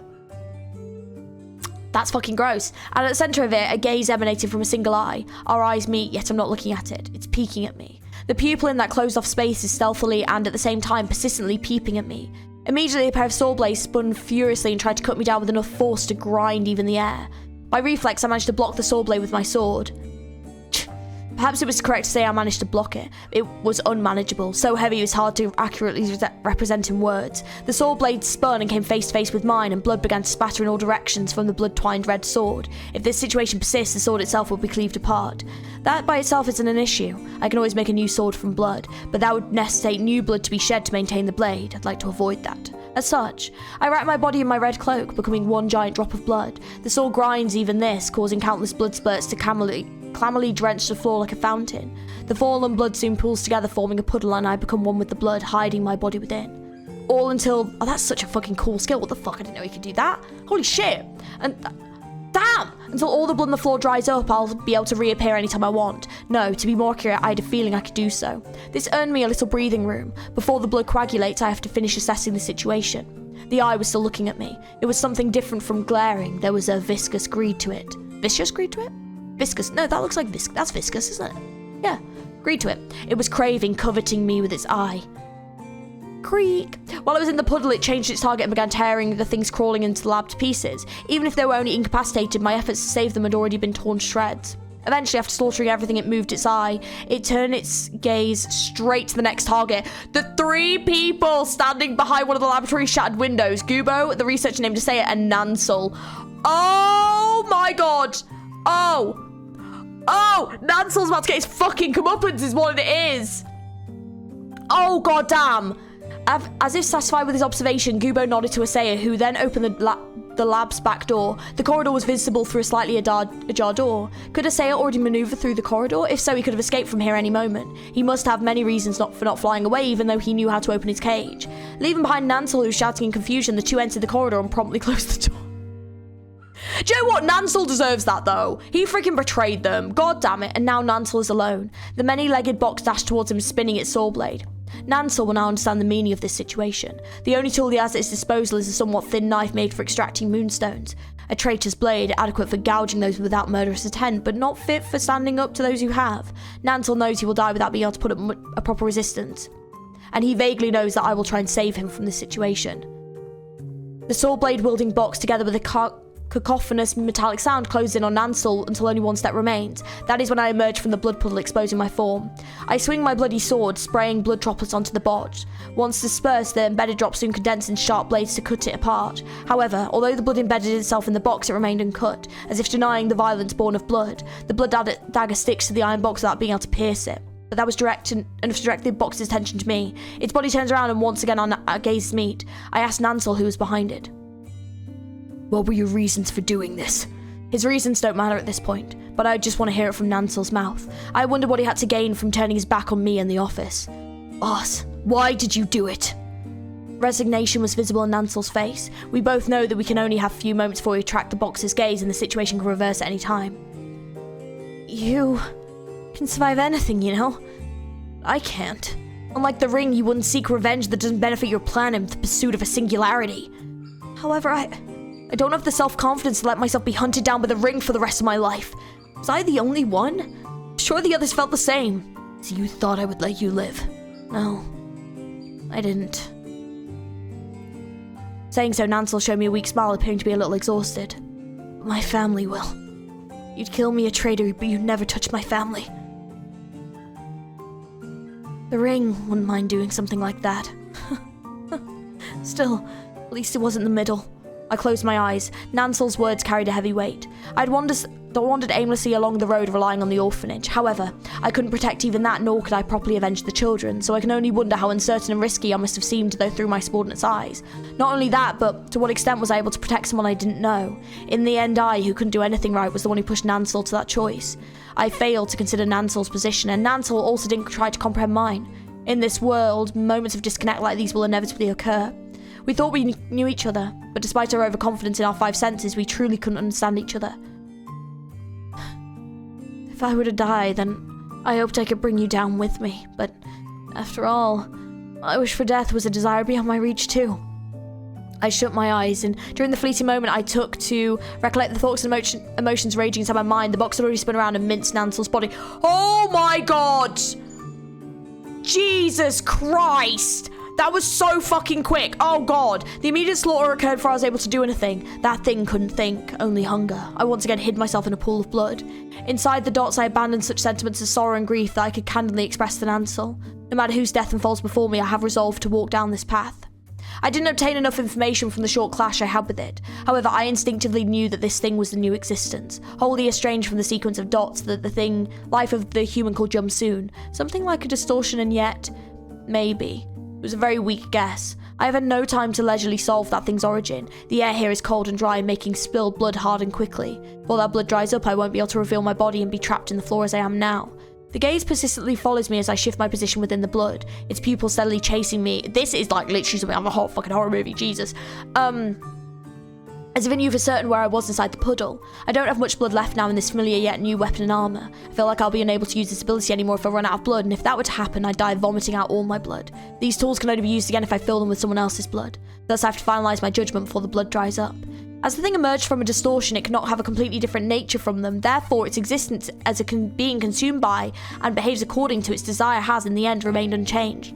That from the beginning may have been yet another facet of distortions. However, I still have no solid information about any of this, only vague guesses. I have no other choice than to amass what little information I have and grope my way forward. It should have been a strenuous task to locate my position within the blood in a general sense, but even inside the puzzle, that thing maintains its eye contact with me. Also, during the brief moment I closed my eyes, the box moved from behind me to kill Nansel. As such, what the eye longs for is another's gaze. Ew! Ew, I don't like how real that looks. Oh, man. See, I thought the gaze was referring to, like, him, but no, it was referring to this. Oh, my God. The thing with Nansel, like, I understand it, but also the thing that really frustrates me is, like, he could have communicated this. He could have chosen not to take part in this. Like, he could have done so many things if he wanted to protect his family to prevent this, and he didn't, you know? And then he also, you know, betrayed them, and he killed Rikako himself. Like, he didn't have to do that. You know, there's so many steps here that he took that he just didn't have to do, which is so wholly frustrating, because he just could have communicated that he didn't want to do this, you know? Oh, what an annoying character. Like, I understand it's a city, and he was working for the office, and potentially, I don't know if there's, like, contracts that, like, he had to do it if he was told to, like, I don't know, but I feel like he could have expressed these concerns better. Do you know what I mean? Like, and he didn't, you know? And like, he was like, well, the others surely had doubts, but they didn't betray anyone, you know? So you don't actually know that, Nansel. So you just killed Rokako for literally no reason. You know? So, yeah. And also, he could have saved the others. You know? Like, he could have tried to save the others. They could have also helped with the ring. He said he was gonna get Rokako to be part of this and he didn't. You know? I don't know. It just... Yeah. Frustrating. The conversation, obviously, with Carmen was super interesting, but the fact that Jumsoon has, like, distorted further into this freaking box thing is terrifying. It's so OP. The fact that Vergilius, obviously I think he's just ego for the first time, but the fact that, like, he's struggling against this thing just shows how powerful it is. Like, oh my god. I also didn't know about this blood moving ability. It's super interesting. But yeah, we've literally got one chapter left, so how the hell is this gonna end? Final book, Karen and Garnet. I closed my eyes. To look at someone is to... Oh, there's a lot of pictures. Oh my god, I'm just looking at that. I'm like, oh, it's to capture someone in your eye. It is to insert them into your awareness through the window they called the eye. The glass window of this window is so clear in sight. Appearance, that it seems to allow no distortion, but in truth it creates a biased sight, which then is taken to heart above everything else. That is to say, even though I must look at it, I must not insert it into my gaze. If one wills it, one's wish will always lay in their gaze. But the wishes are always far away. We always must maintain distance as well. As such, Mang equals this. I saw it. I no longer decided to care about what it was. Even if it killed what once were the children, even the original form of the man who made Garnet enter his cocoon, I would not put any emotion into my strike. I will remove it just as I would a block of stone, a hurdle placed along my path. I still had my eyes closed, so by my series of deductions it should have stayed still because it only would have moved if I had looked at it. However, it didn't. It had moved to somewhere else. Is there... Oh, hang on. Is there still something in this place that can hold that thing in its eyes? There should be no surviving people here, however, so there shouldn't be any gazes. I heard the distorted noise of saw blades and the sound of something solid like a jewel shattering into tiny pieces. Yes, like the jewel Garnet was cocooned in. Oh, shit! Oh, God! Oh, no! Clink. I heard the sound of what that voice had called an egg being broken apart. The sound of that huge crystal cracking and shattering were over in an instant. Only after it did it stop moving and silence once again descended upon the laboratory. Garnet had been watching everything. In that opaque solitary space he watched the outside, always in a struggle to hatch. I slowly walked towards it, my eyes shut. I felt the shaking of my muscles in my closed sword and sword-gripping hand. I took some steps, neither few or many, until I felt I was standing right in front of it. Until a while ago I believed I could cut that thing down without any emotion. If I were to attack with my blood-drenched weapon like that, I would be able to cut it if empty air was there. However, I adamantly wanted to see its form struggling in pain. And so I chose to capture it in my gaze. I opened my eyes. And soon after I saw its machinery activate and open its pupil from the gap in the box. Immediately a mechanical arm bearing a saw blade flew in. Something blunt was needed to catch it. For that stake I strained my heart to coil the Mang. Oh, that's so sick. So the Mang is captured. Oh my god, that's so fucking cool. The blood cloak, warm with resentment, was sturdier than before, but the indiscriminate gyration of saw blades forced the blood to shed and burst. But I must bear it. I allowed what little blood I had left to gush out to endure this brutality. I put my hand on the cold metal box and looked straight into its eye, hidden deep within. What are you looking at that makes you so pleased? But before my blood could run out and fall apart, two Mang. Thirst. The Mang spurred my thirst for blood I was about to spill, so I jabbed my blade deep into the box. The gazes, the people, the destiny that had now until been merely observed through the suffering of my life. As if it cursed everything in the world, I poured out all the strength I could muster into it. The blade of blood, embedded into its eye, took on a sporadically pointed shape akin to a mass of thorns. This form was not of a sword meant to kill, but of a tool that purely inflicted pain. As if something broke in my head, I ceaselessly thrust the stake-like thorn sword into its eye socket. I couldn't protect anything. I may never be able to. That eye peered as if it could see my whole life, from past to present, dryly yet interestedly. It was as if I, who even let Garnet die, the one who I could have saved, could only see my own impatience and naivety beyond that pupil. The box, as if trying to release itself from agony, shook violently and at the same time fiercely pulled down its sword blade in an attempt to cleave me. My undying rage was directed at this thing that does not pay the price for peering at tragedy only for pleasure. Are the fruits of what I experienced in the dots only ripening now? No. This wrath is towards myself for having forgotten about Garnet, even though I surpassed those dots, but also towards that thing, which consistently peered without forgetting about Garnet. I stopped the sword that I'd been plunging in for a while. Two eyes that shed blood and tears looked into the single eye in the hole, also shedding blood and tears. Now I am the one who peers. The box, as if screaming, shook unceasingly. I drove the blood-woven blade even deeper into the gap in order to engrave the pain until the end. As my knife buried deeper into place in the box, I felt it caught on something. With all my might, I excruciatingly pulled the blade upward, cutting it apart. Jam! Holy shit! Everything from the flesh inside the box to the safe-like body was sliced clean. The stream of blood that rose to the ceiling fell like a broken hope that I couldn't even find a place to rest. The rain of red blanketed its body just as blood covered mine. Without me noticing, the lab was already painted red. The cold laboratory and machinery was stained with blood that could have belonged to anyone, and corpses each telling their own story laid strewn about in disarray. Once warm, the blood cooled down, giving off a metallic stench. Yes, if there is a hell, it would look like this. The scenery I've always seen is like this too. By the time I forgot myself in the stillness of the hell before me, I began to hear mechanical noises coming from a speaker somewhere in the lab. Then a familiar voice leaked out. It was Lan Yen. Oh god, please tell me one of them's okay. Fuck's sake, I already knew what he was going to say. This moment also occurred in one of the innumerable despairs I experienced in the dots. Fuck off! No! No, because he died protecting Garnet! But I couldn't stay calm, my mind was perpetually darkened. I wanted someone to survive! Where the fuck's Denver? Come on! All of them! This is fucking mental! Stop it! Stop it now! Can you hear me, boss? If he was right, this should be the frequency. I think it's working. I have to tell you this. Lan Yen's breathing was coarse. Boss, the office has been attacked. He was talking with difficulty as if throwing up blood over his voice. There exists no device or means to transmit speech from this side. I have no choice but to listen to the words coming one-sidedly from the cold speaker. A picture we all saw together. Location of the laboratory was in N-Corp.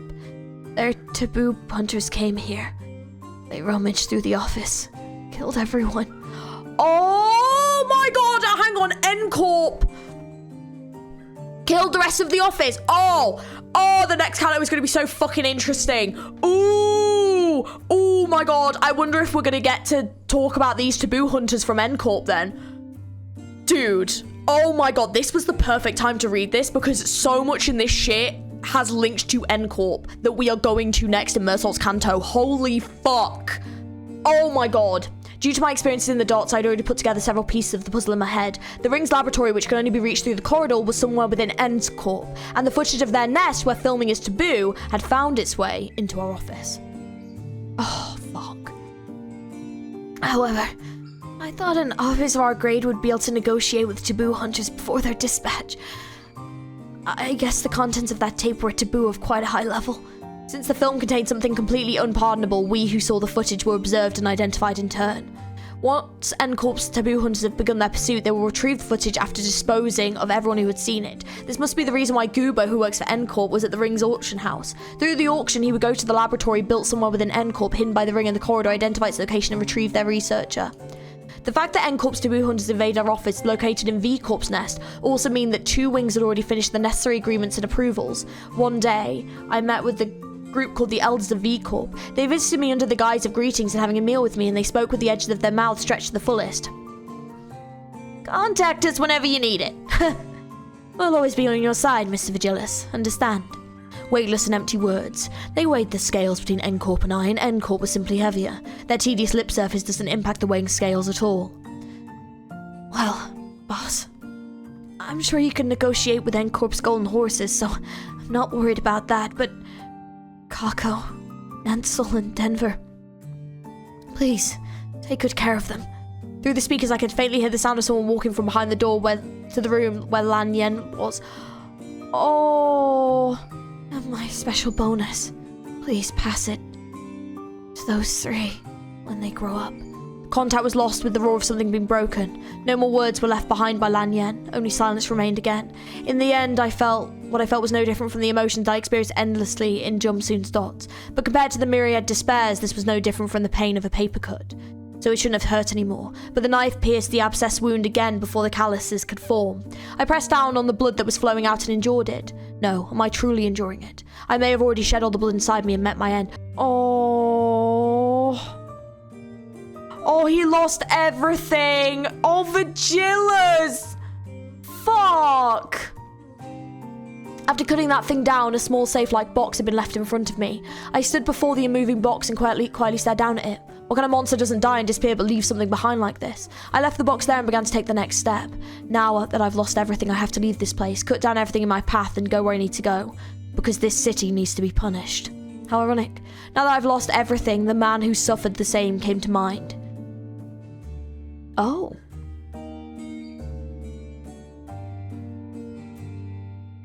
Seems married. Hang on. Is this about Roland?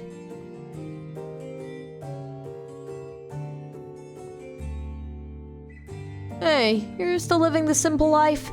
You've got a color, so why not try doing something that brings a little more money? It seems marriage was worth it. Does it look that way? Your blade looks duller than when we first met, and now you have that odd laughter mixed in. It's quite unpleasant. I guess it's obvious. Truth is, even back when I wore my mask in front of you, I felt like you could see through me. That pressure in your eyes still hasn't changed. If someone heard this, they'd think we'd met often. We've only worked together during the Blood Red Knight case, right? Well, that incident did drag on for way too long. Despite my gaze being a pressure, he was one of the few people that would casually, directly look at me in the eye. That man, previously so busy with hiding behind a mask and suppressing himself, had now become so sly he could show his face and talk freely and at length by himself. This is totally about fucking Roland, because, yeah. Also, I didn't know Virgilius worked on that case. Why are you living in District 9 when you could have gone to another nest? Well, the nest we hoped to enter rejected us, but my wife likes it here, so, in many cases, fixers who have reached a certain grade are denied migration to nests based on past requests, performance, and contracts. Conversely, this means that others are more eager to let high-grade fixers into their nests. You know how it is. If you set your mind to it, you can enter a nest, but it's really important which nest you get into, and even there you can find a good location, then a house with the options you like, but you can't move that easily. Plus, you have to consider the price of the house, which has been going up in the schools in the areas. They'll become important later on, so that's why people say that once you enter a nest, it's hard to move without special reason. You have a lot to say about it as much as you desire it. Yeah, I'm a little greedy. So what's your desire? People who've risen up to a certain status always want at least one thing, because that's how they crawl their way up. Those who wanted to rise above the city had to do so with everything in their power. It takes a desire that shields one against vice to climb up this cliff, as one wrong step would likely result in a fall. Didn't you say this was your last job? Yep, and it's almost time we get going. Come to think of it, it's pretty crazy that I'm going to do my last job with you. It wouldn't hurt to tell you at this occasion then. Unwittingly, I spoke light of the desires and the world I pictured in my mind. At our first meeting, he seemed to abhor everything he saw, such as he would bow his head and hide his face from the world. It was as if he was trying to bear the sins of the city. Was that why I thought he had what it took to understand my world? Seriously? Yes. That's unexpected. I don't understand why everyone who gets a color ends up having a screw loose without exception. Forget it. You'll just think of it as an insincere joke either way. Yeah, but considering it's you, it might not be impossible. A long pause of silence. But don't take everything so seriously. That's that, and this is this. I looked at him quietly, smiling. Can't say I know you well, but I don't think those words suit you. I see, you were exhausted as well. Or rather, did your initiative reach its end there? Not wanting to use my eyes any further, I stopped them again, and we executed our request. Oh my fucking god, that is Roland! Oh my god, hang the fuck on! This implies that Virgilius knew Carmen, and Virgilius knew fucking Roland? Shut up! Bro! This is crazy. This story is freaking crazy, dude. I want more! Oh my god, I've only got 6 pages left. Jesus Christ! God damn it, oh my god. How long has it been since that day? The city had become brimmed with light and darkness for quite some time. The sound of a piano had also echoed wide and far for a while. Oh my god. Damn. Also, I'm sorry, but I am gonna need Limbus Company to go to the outskirts now, please. We need them to go to that fucking library, people. I need it now. I need the reunion. Oh my god, I'm so excited for the day we get this fucking reunion. We better get this reunion. We need it, surely. By the time I myself realized it, something was already speaking to me in my darkened room. Red gaze. Were you involved in this incident? His voice, which I hadn't heard in a long time, held spiteful malice and murderous intentions. Together it came with a foul stench of blood. I did not notice such a dark presence because of the intense patience of the intruder who was capable of perfectly concealing it all in the shadows. Black silence. You didn't ask for permission as usual. I felt as if I could see tear-filled eyes beyond his mask. I've been informed of what happened, and I feel sorry for it, but I'm also curious as to why you believe I was involved in that. You feel sorry? Quit it with this worthless speech. My sympathetic feelings were genuine, but it was also true that with my words had no worth. There was no words of comfort in this world that I could have offered to this person. Grief and sorrow are his to bear, and nothing can replace them. The same applies to me. As such, there is nothing either one of us can do about it. Any words we'll exchange hereafter will be words meant not be words meant to touch the heart. Now this one, depending on what I say, will try to murder me immediately, and when he does, I must do my best to defend myself and slay him in turn. I must consider all such possibilities and choose my words and actions carefully, as if I had a starved, ravenous beast in front of me. Red gaze. You once told me about the world you desired. Because of that conversation we've had in the past, I'll point out you've got it completely wrong. That slip of the tongue. Was he able to understand the wish laden in those words? That was nothing more than a dream I once had. I can't even begin to put it into practice. It was merely an ideal. I looked in the eyes that were hidden somewhere behind the mask. Some time passed, and in time a deeply hoarse voice arose. You better be telling the truth. The black masked someone calmly opened the door and left, disappearing into the darkness and quiet, never to be seen again. The words I am unable to speak out, mixed with the still stirring bloodlust in the air, whirled around my throat. If such a world really came to pass, even you as you are now, be at peace. The signs of that time, which appeared as if an uninvited guest, raised a valid point. The time to create such a world has arrived. From here I could only hear the low sound coming from the laboratory. It came from the test tubes that contained the orphanage's children. Most of the tubes were forced open and the children that changed due to the glass window were lying dead on the floor. However, a single test tube remained closed, and now it was slowly opening. I saw a face that I never thought I'd see again. The face, quietly and expressionlessly looking at me, was that of Lapis. I ran straight to Lapis. Lapis. She had no external wounds, however she didn't reply, for her pupils no longer looked at the light like in the past. Her eyes, no longer bound to the wheel of time, saw a different world beyond this one. Lapis. I'm not Lapis. My name, Karen. The ring's glass window experiment was successful. With the success of Jumsoon's experiment, Lapis no longer exists. Expelled and overwritten by Karen, Lapis is effectively dead. Oh my god. Holy shit. Okay. So she became Karen. Damn. Okay, the light that I thought was a lighthouse was merely a shadow on the water, and there was no island after all. Thus I decided to turn my back on the child in front of me. It would only dig up more of my wounds, so I had to sever our connection before it was built. This is for both mine and Karen's sake. He was going to leave her?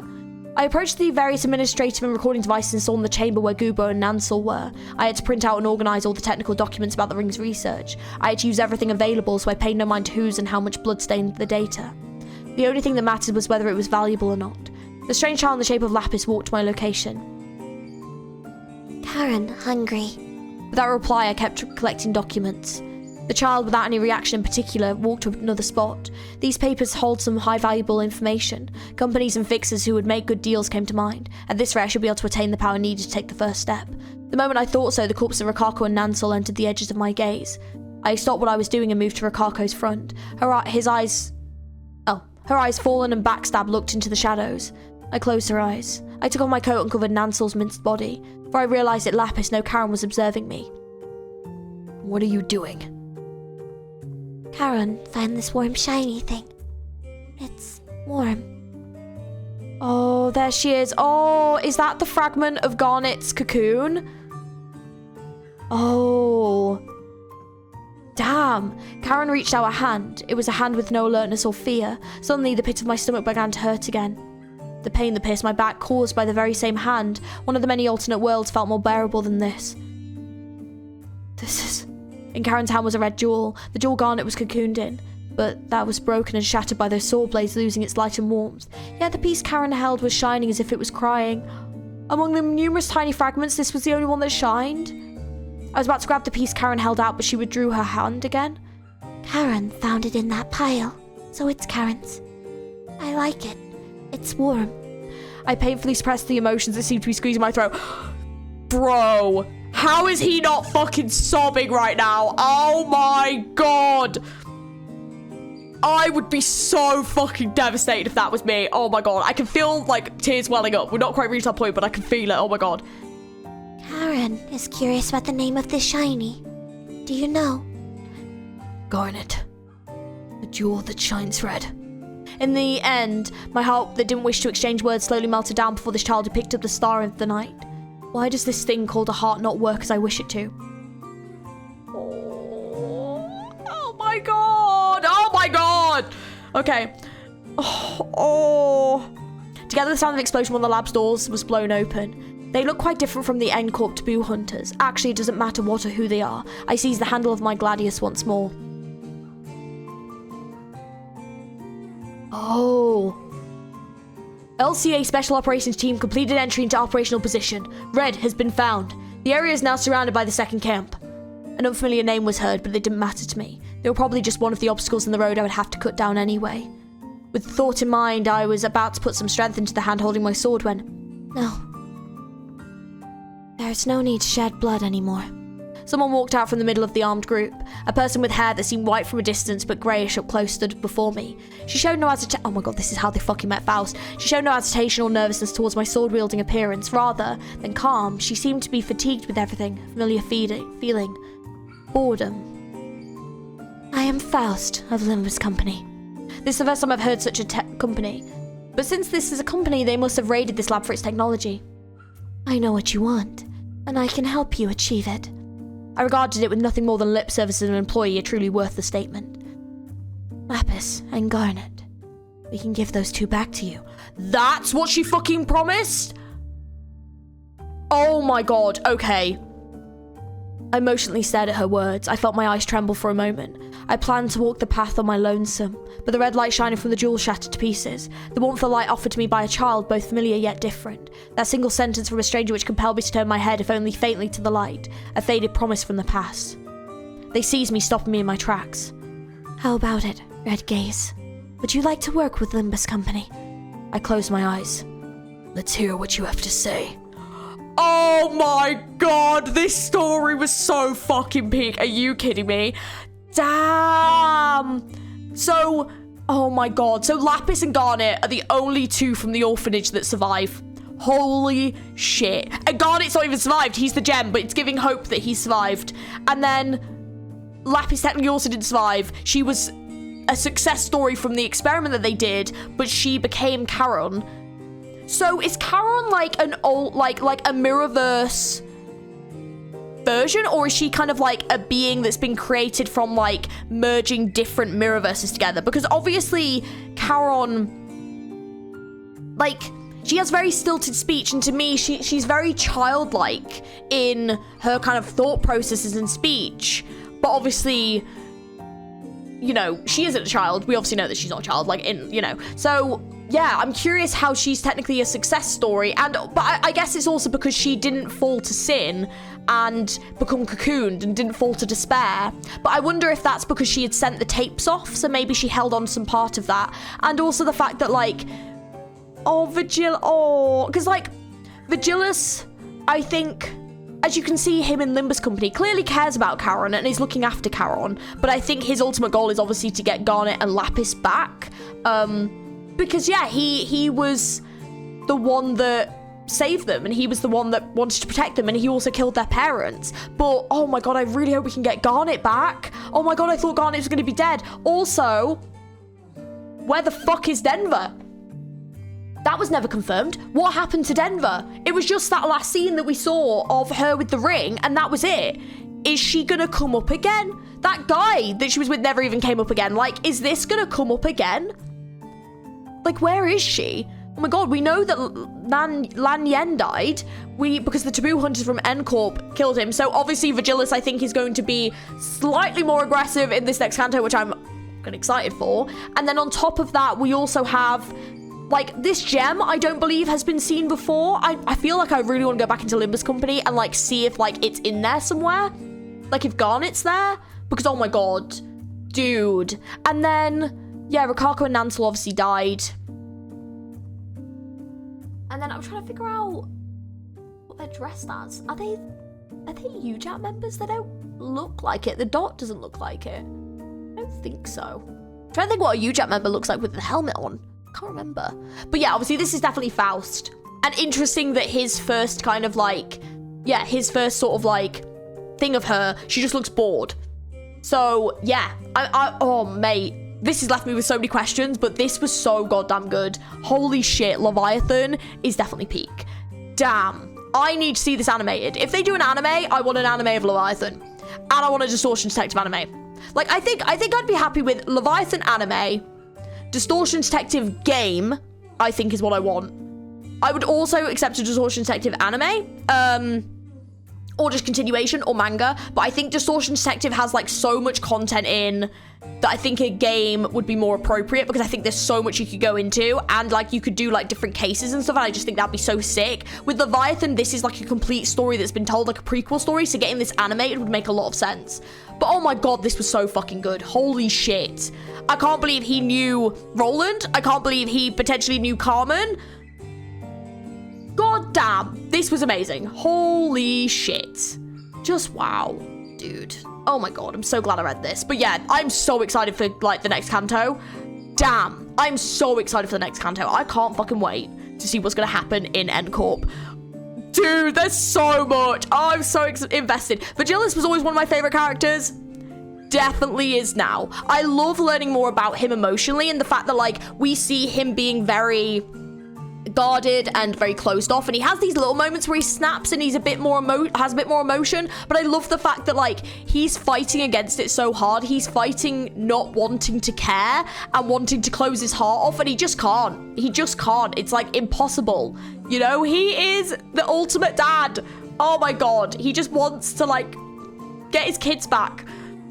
I love it so much. Oh my god. Anyways, thank you for watching, guys. I hope you enjoyed. If you did, don't forget to like and subscribe for more Project Moon content. We've got Wonder Lab, I think, to go through at some point soon, but I think I'm going to try and finish LobCorp first, so I will be playing some more LobCorp very, very soon, and obviously covering Limbus content. So if you want to see more of that, don't forget to like, subscribe. You can check out the Discord and everything where notifications go up when I'm streaming and when new videos go out and stuff as well. And yeah, this was so good. Thank you for following along. And yeah, I'm going to go and I kind of want to deep delve more into the lore now.